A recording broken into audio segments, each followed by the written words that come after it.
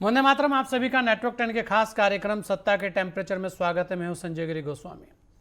पटना से दिल्ली के बीच सियासी उथल पुथल के बीच जेडीयू अध्यक्ष लल्लन सिंह ने अपने पद से इस्तीफा दे दिया है। बिहार के सीएम नीतीश कुमार ने जेडीयू की कमान अपने हाथ में ले ली है, लेकिन ये जेडीयू की घमासान का अंत नहीं है, बल्कि एक आगे की कड़ी है। अटकलें सीएम नीतीश कुमार के अगले सियासी फैसलों पर है। जैसे जैसे लोकसभा चुनाव नजदीक आ रहे हैं, सियासत तेजी से गर्म हो रही है। एक तरफ जेडीयू के अंदर खींचतान सुर्खियों में है, तो जेडीयू की राष्ट्रीय परिषद की बैठक में कोई खुलासा होने की उम्मीद है। उधर महाराष्ट्र में कांग्रेस और शिवसेना उद्धव गुट के 20 सीटों को लेकर स्थिति स्पष्ट नहीं है। पश्चिम बंगाल को लेकर टीएमसी और कांग्रेस के सुर भी अलग है। हालांकि इंडिया गठबंधन की तरफ से कहा जा रहा है कि सब कुछ समय पर सुलझ जाएगा। उधर बीजेपी राज्यों की तरह लोकसभा में भी कमजोर माने जाने वाली सीटों पर पहले ही प्रत्याशी उतारने की नीति बना रही है। क्या कुछ चल रहा है, इसी पर आज हमारी खास ये चर्चा। हमारे साथ सभी खास मेहमान जुड़ चुके हैं। हमारे साथ डॉक्टर सुरेंद्र सिंह, प्रवक्ता है भारतीय जनता पार्टी। हमारे साथ राजेंद्र सोनी जी, कांग्रेस प्रवक्ता है। हमारे साथ कुंवर अजय सिंह जी हैं, जदयू के प्रवक्ता हैं। और हमारे साथ कुमार श्रीकांत जी हैं, वरिष्ठ पत्रकार हैं। आप सभी लोगों का बहुत बहुत स्वागत है। मैं सबसे पहले कुंवर अजय सिंह जी आपके पास आ रहा हूँ, क्योंकि जनता दल यू की बात हो रही है और जनता दल यू इंडिया गठबंधन का वो चेहरा जिसने इस पूरे प्रयास को किया और एक बड़ा गठबंधन बना। लेकिन जब से गठबंधन बना तब से गठबंधन के बीच में बहुत कुछ अच्छा चलता नहीं दिख रहा है। और यहाँ एक और बड़ी चीज, जिस तरीके की खबरें आ रही हैं, वो कह रहे हैं कि वास्तव में कहीं ना कहीं कुछ तो खिचड़ी पक रही है। क्या लगता है आपको कि लल्लन सिंह का इस्तीफा और जो कमान अब नीतीश कुमार जी ने अपने हाथ में ली है, क्या लगता है कि जिस तरीके के कयास लगाए जा रहे हैं कुंवर अजय सिंह जी, कि कहीं ना कहीं कोई दूसरा और गठबंधन की संभावनाएं तलाशी जा रही हैं? जी, ऐसी कोई बात नहीं है। देश में सर्वमान्य नेता माननीय नीतीश कुमार जी को पूरे देश के कार्यकर्ता ये चाह रहे थे कि सर्वमान्य फैसलों में माननीय नीतीश जी को ताकत दिया जाए और देश के सर्वमान्य नेता जो कि वर्तमान में इंडिया गठबंधन का सबसे मजबूत चेहरा है और पीएम पद के निष्दाग प्रत्याशी हैं, निष्कलंक प्रत्याशी हैं। जो यहाँ तो कहा जा रहा है अजय जी, देखिए कुंवर अजय सिंह जी, ये एक बड़ी बात है। आप कह रहे हैं कि दावेदार हैं, लेकिन वहां कहा जा रहा है कि दावेदार का जो नाम आया है वो खरगे जी का आया, लेकिन उसके उलट बहुत सारे लोग कह रहे हैं कि वहां पर आवश्यकता ही नहीं है अभी चेहरे की। आप कह रहे हैं कि वो दावेदार हैं। गिरी जी, यही चीज हम बताने जा रहे हैं। हाँ बोलिए जी। कि ये दावेदारी की व्यवस्था नहीं है। माननीय नेता, हमारे नेता माननीय नीतीश जी ने कभी अपने आप को प्रधानमंत्री पद का उम्मीदवार नहीं बतलाया। लेकिन ये हम सबका मानना है, हम कार्यकर्ताओं का मानना है, पूरे देश की लोगों की मानना है, जन आकांक्षा है कि जो 17 साल से बिहार में महागठबंधन की सरकार चला रहे हैं, उस नेतृत्व को अगर हम देश में लाते हैं तो वर्तमान सत्ता को उखाड़ फेंकने में हम काफी हद तक कामयाब रहेंगे। हाँ जी। पर अजय जी जो कह रहे हैं, आप कह रहे हैं कि है तो नहीं चेहरा, लेकिन लोग चाह रहे हैं, लेकिन गठबंधन के लोगों की तरफ से तो आवाज नहीं आ रही है। देखिए, अभी जो भी गठबंधन की बात हो रही है, धीरे धीरे प्रक्रियाएं शुरू हो रही हैं, आगे बढ़ती जा रही हैं और एक दिन वो भी समय आएगा, हम लोगों का मानना है कि देश के पीएम के पद के लिए विपक्षी दलों के तरफ से माननीय नीतीश जी का चेहरा भी आएगा। नहीं, आपको लगता है कि ऐसा होगा? ऐसा लगता नहीं है। स्वच्छ छवि पूरे देश में, जो विपक्षी दलों में सबसे स्वच्छ छवि माननीय नीतीश जी का है। हाँ। जिनके ऊपर 17 साल से बिहार में गठबंधन का सरकार चलाने का अनुभव है और पूरे देश में उस अनुभव को अगर हम लागू करने जा रहे हैं तो देश में बहुत ही अच्छा एक अनुभव तो शरद पवार जी का भी बड़ा है। उन्होंने भी बयान दिया था कि चेहरे की आवश्यकता नहीं है। देखिए, माननीय शरद जी या माननीय ममता बहन जी, हर लोग अपने अपने पार्टी के नेता हैं और लोकतंत्र में यही एक लोकतंत्र की पराकाष्ठा है कि एक कोई भी संवैधानिक पद है उसके लिए कई दावेदार हो और सर्वमान्य जो नेता हो उसको देश का पीएम बनाया जाए या उस पद के लिए आसीन किया जाए। पर ऐसा भी कहा जा रहा है कुंवर अजय सिंह जी की, ऐसा लग रहा है कि जदयू की जो नजदीकियां हैं वो भाजपा के साथ बढ़ रही हैं। इस तरीके के लिए आरोप प्रत्यारोप भी चल रहे हैं। कयास भी देखिए ऐसे लगाए जा रहे हैं। देखिए, जिस तरीके से ये जितना कमजोर होंगे, सत्ता पक्ष के लोग कमजोर होंगे, उसी तरीके से हमारे ऊपर आक्षेप प्रत्याक्षेप लगाते रहेंगे, और ये जितना आक्षेप प्रत्याक्षेप लगाते रहेंगे हम उतना ही मजबूत होते जाएंगे। तो आप मान रहे हैं कि जनता दल यू में सब कुछ ठीक है, कोई दिक्कत नहीं है? देखिए, सब कुछ ठीक नहीं है। जनता दल यू के माध्यम से पूरे देश में विपक्षी गठबंधन भी अपने पूर्ण रूप से मजबूत है और देश की सत्ता पे काबिज होने के लिए तैयार है। काबिज होने के लिए तैयार है। चलिए कुमार श्रीकांत जी, देखिए वर्तमान में बिहार में जिस तरीके की राजनीति देखने में आ रही है उसमें बहुत सारे उलटफेर हो रहे हैं और बहुत सारे बयान ऐसे आ रहे हैं, जैसे कि अभी कुंवर अजय सिंह जी ने भी कहा, एक बड़ा बयान है ये भी, कि जो नीतीश कुमार हैं वही एक बड़ा चेहरा प्रधानमंत्री पद का होंगे। ये अलग बात है कि बहुत सारे लोग अभी नहीं कह रहे, लेकिन उनका मानना यह है कि आने वाले समय में उन्हीं के लिए कहा जाएगा, क्योंकि ऐसी जनता की मांग है। उसके उलट जो जदयू की स्थितियां हैं वहां पर लल्लन सिंह का इस्तीफा होना, कमान पूरी नीतीश कुमार जी के पास जानी, चर्चाएं हो रही हैं कि नया गठबंधन की कोई ना कोई एक युति बन रही है, इस तरीके की बातें भी हो रही हैं। और उसके उलट अगर आप देखें ये सारी चीज़ें बिहार में चल रही है, कांग्रेस के लिए एक और दिक्कत आ रही है कि ममता बनर्जी सीटों को लेकर अड़ी गए, उसके अलावा अब तो उद्धव ठाकरे जी भी अड़ गए हैं। तो आपको क्या लग रहा है कि जो 2024 का जो अखाड़ा सज रहा है उसमें जनता दल यूनाइटेड कहाँ खड़ी है और वास्तव में कांग्रेस के लिए मुश्किल कहाँ है? देखिए, मुझे लगता है कि जेडीयू नीतीश के लिए कहा जाता है, और ये मैं नहीं कहता हूं, ये लालू प्रसाद यादव कहते हैं कि नीतीश के पेट में भी दांत है। आप ये समझिए, जिनके पेट में दांत है उनसे बेहतर राजनीति कौन करेगा, कैसे करेगा। और दूसरी चीज ये कि नीतीश कभी किसी को सेकंड नंबर का नहीं होने देते हैं। जब भी कोई व्यक्ति सेकंड नंबर का होता है, आपको पता है जॉर्ज फर्नांडिस के साथ उन्होंने क्या किया, किस तरीके से राजनीतिक वध हुआ उनका। उसके बाद आपने देखा कि शरद यादव के साथ क्या कुछ हुआ। जी, आपने देखा होगा। मुझे लगता है कि नीतीश किसी को भी सेकंड लाइन में आने नहीं देते और नीतीश हमेशा सत्ता में बने रहना चाहते हैं। और अगर दूसरी तरीके से देखिए तो मुझे लगता है कि नीतीश कुमार राजनीति की वो धुरी हैं जिस पर पूरे बिहार की राजनीति उनके इर्द गिर्द घूमती है। वो बात अलग है कि अभी 3 दिन पहले ही सीधे तौर पर अमित शाह ने कह दिया था कि नीतीश कितना भी चाह ले वो वापसी नहीं करेंगे, क्योंकि वहां की इकाई ने कहा है कि अब बहुत मोटा वाला ताला जो है वो नीतीश के लिए लगा दिया गया है। नीतीश खुद ऊहापोह की स्थिति में है, नीतीश खुद परेशान है। लेकिन बड़ा सवाल यह है कि नीतीश को, मुझे लगता है कि अभी पीएम का, आप सोचिए कि पीएम को लेकर बात हो रही थी, 2 बार उनको कन्वेनर की भी बात हो चुकी है, पर कन्वेनर नहीं बना पाए। यहां तक कि नीतीश से बात भी नहीं कर पाए। नीतीश वो जीजा की तरह, फूफा की तरह रूठ के वापस भी आ गए, फिर भी बात नहीं पाई। देखिए, सबसे बड़ी बात है नीतीश कुमार ने जिस तरीके से महिला और पुरुष के संबंधों को विधानसभा में बोला, मुझे लगता है कि कोई भी सभ्य व्यक्ति उसको न्यायोचित और बेहतर नहीं मानेगा, और कोई भी सभ्य व्यक्ति इस मुद्दे पर तो नीतीश कुमार को अपना प्रधानमंत्री नहीं मानना चाहेगा और ना ही प्रधानमंत्री पद के तौर पर उनको देखेगा।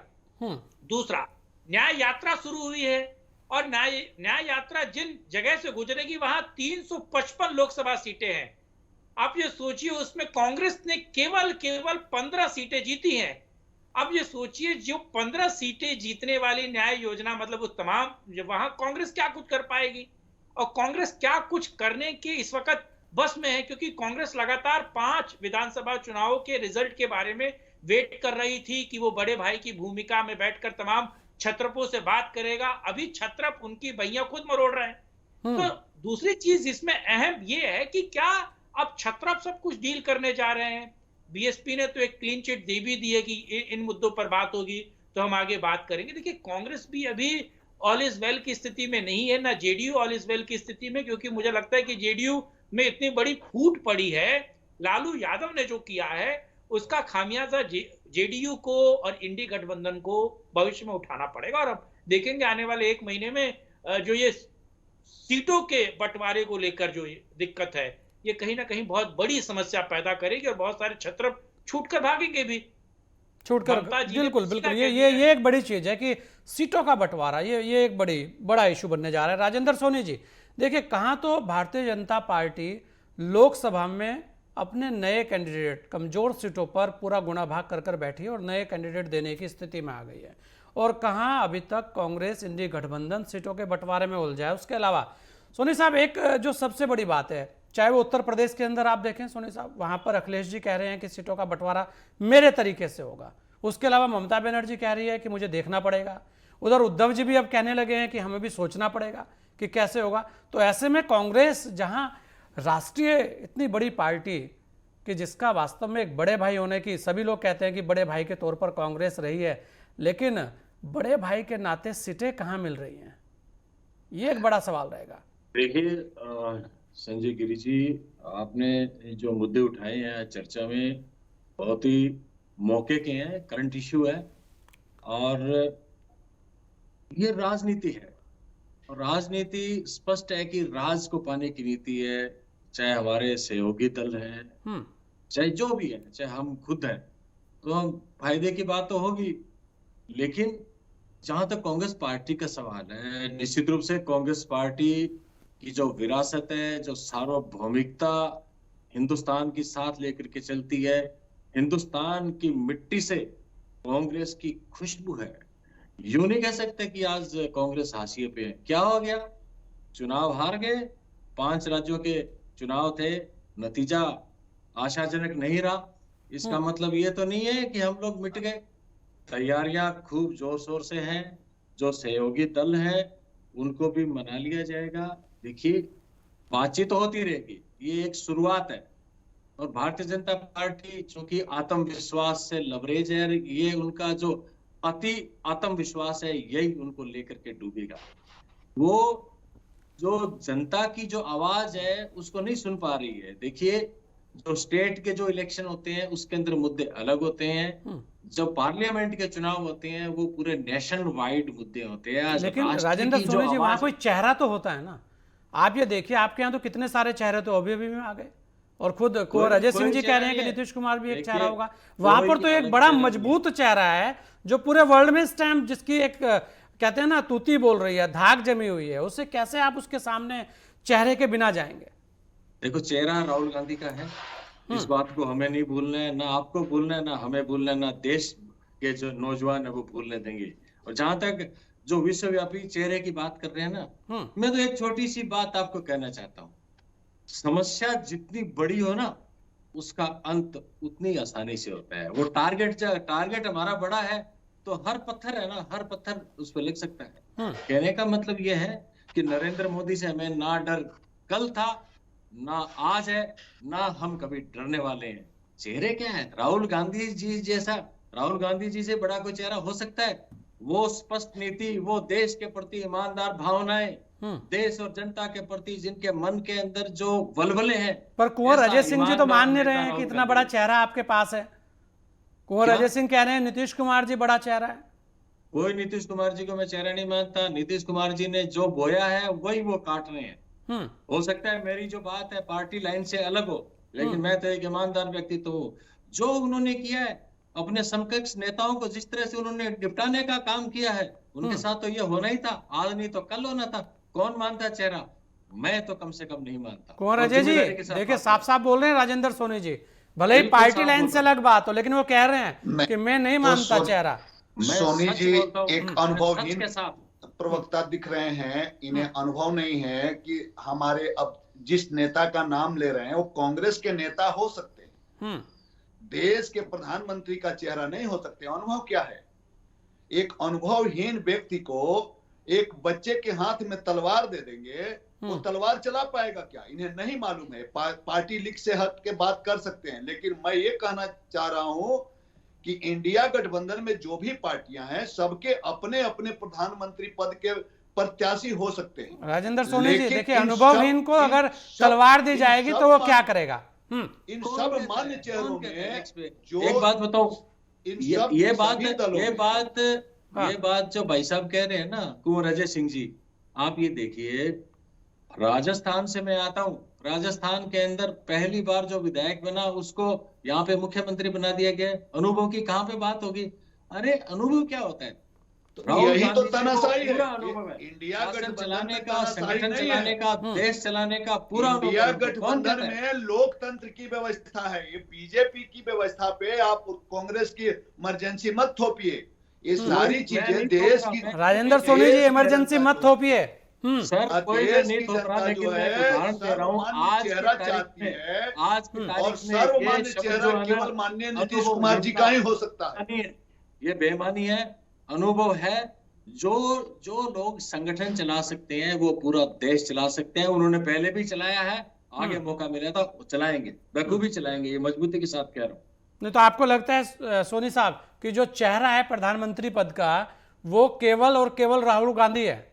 सिर्फ और सिर्फ राहुल गांधी, न कोई दूसरा था, नहीं न तो कोई दूसरा है, कांग्रेस कोई दूसरा इसका होगा।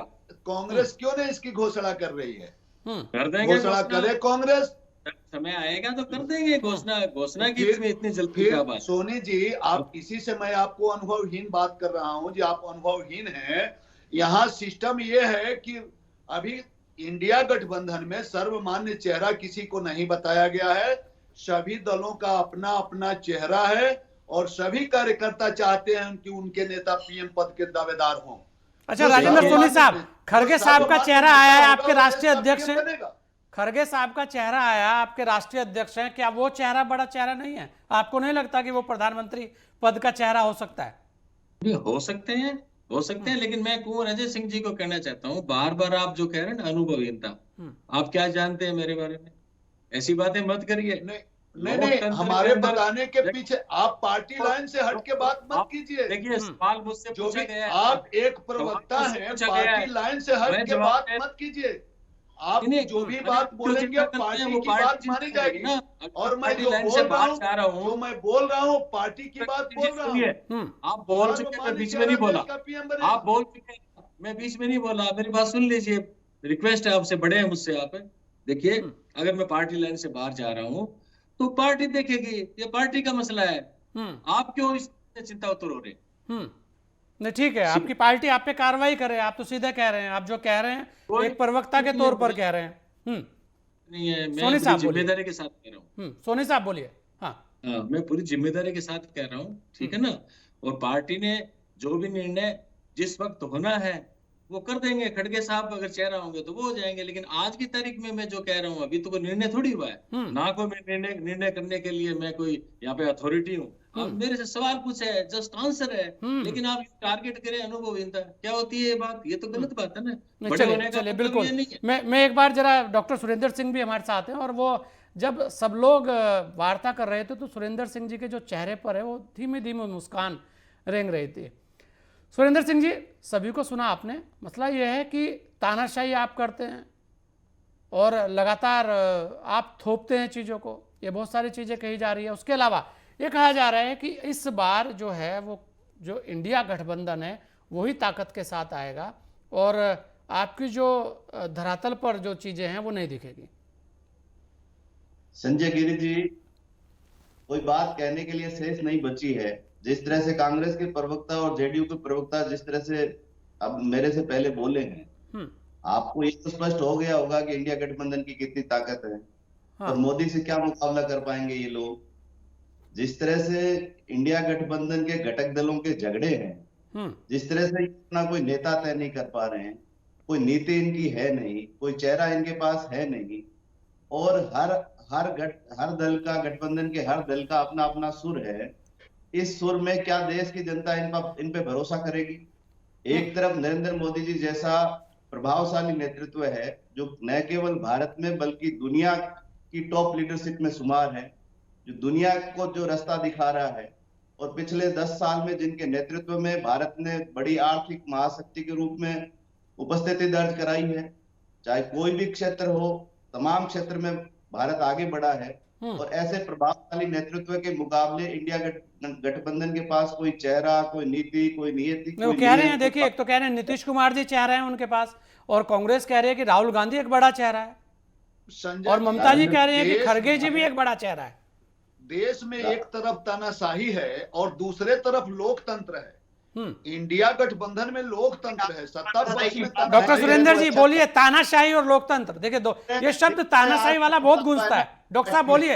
हाँ सुरेंद्र जी। इस तरह का फैसला आज इनकी पार्टी में हुआ है। लल्लन सिंह जिस तरह बेइज्जत करके इनकी पार्टी ने निकाला है, इनकी पार्टी में इस तरह की परंपरा रही है जो डिक्टेटरशिप नीतीश कुमार जी ने की है, और ये तानाशाही की बात भारतीय जनता पार्टी पे आरोप लगा रहे हैं। ये कैसी बात है? इनके यहाँ तो परंपरा रही है, हर बार ये बेइज्जत करके नेता को निकालते हैं। अच्छा ये बताइए, अगर नीतीश कुमार जी कल बीजेपी के साथ हाथ मिलाने लगे डॉक्टर सुरेंद्र जी, तो उनका स्वागत होगा?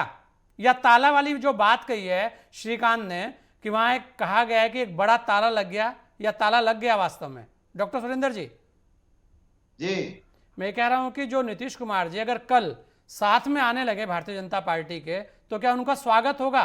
या जो श्रीकांत जी कह रहे हैं कि वहां एक मोटा ताला लग गया? अब देखिए, हमारे नेता ने स्पष्ट कह दिया है कि इस तरह आना जाना चलेगा नहीं, और ये इनकी प्राइवेट लिमिटेड पार्टी की तरह की जो दुकान हो गई है, कंपनी हो गई है, उसमें नीतीश कुमार जी चाहे जैसे फैसला करें, बेइज्जत करके इन्होंने अपने अध्यक्ष को हटा दिया है। और इनके पार्टी के प्रवक्ता हम पे डिक्टेटरशिप की बात कह रहे हैं। अपनी गिरेबान में झांके इनके पार्टी के अंदर की स्थिति क्या बनी हुई है। जी, लालकृष्ण आडवाणी और जोशी जी को राम मंदिर में निमंत्रण तक नहीं है, अब इससे बड़ा और तानाशाही क्या हो सकता है? खुद घर में ही अपने आप में जो राष्ट्रीय नेता बनने निकले थे, वो बिहार के नेता रह जाएं तो बड़ी बात होगी।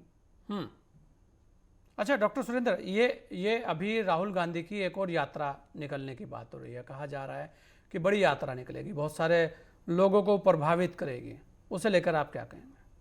देखिए, जाना चाहिए, कोई भी नेता उसको ग्राउंड पे जाना चाहिए। पहले भी यात्रा करके आए हैं, कुछ परिपक्वता और आ जाएगी, आना ही चाहिए, वो तो फील्ड में जाना चाहिए। लेकिन इनकी यात्रा का परिणाम क्या निकल रहा है, उससे कांग्रेस पार्टी को क्या लाभ मिल रहा है, देश को क्या लाभ मिल रहा है, उस पर भी कम से कम जो मीडिया चैनल्स हैं उनको बहस करनी चाहिए। निश्चित रूप से कोई भी पॉलिटिकल आदमी ग्राउंड में जाता है, पब्लिक के बीच में जाता है, जनता के बीच में जाता है, अच्छी बात है, लेकिन उससे उनको सीखना तो चाहिए ना। उनके यहाँ जिस तरह से एक गांधी परिवार की पार्टी बनकर रह गई है, उस पार्टी को लोकतांत्रिक पार्टी बनाने की जरूरत है, लोगों को जोड़ने की जरूरत है, विपक्ष की भूमिका मजबूती से निभाए, इस चीज की जरूरत है। तो एक नॉन सीरियस पॉलिटिकल लीडर के रूप में राहुल गांधी पूरे देश में चर्चित हो गए हैं, उनको गंभीरता दिखानी चाहिए। मैं उम्मीद करता हूं विपक्ष के नेता के रूप में वो और ज्यादा परिपक्व होंगे, गंभीरता दिखाएंगे।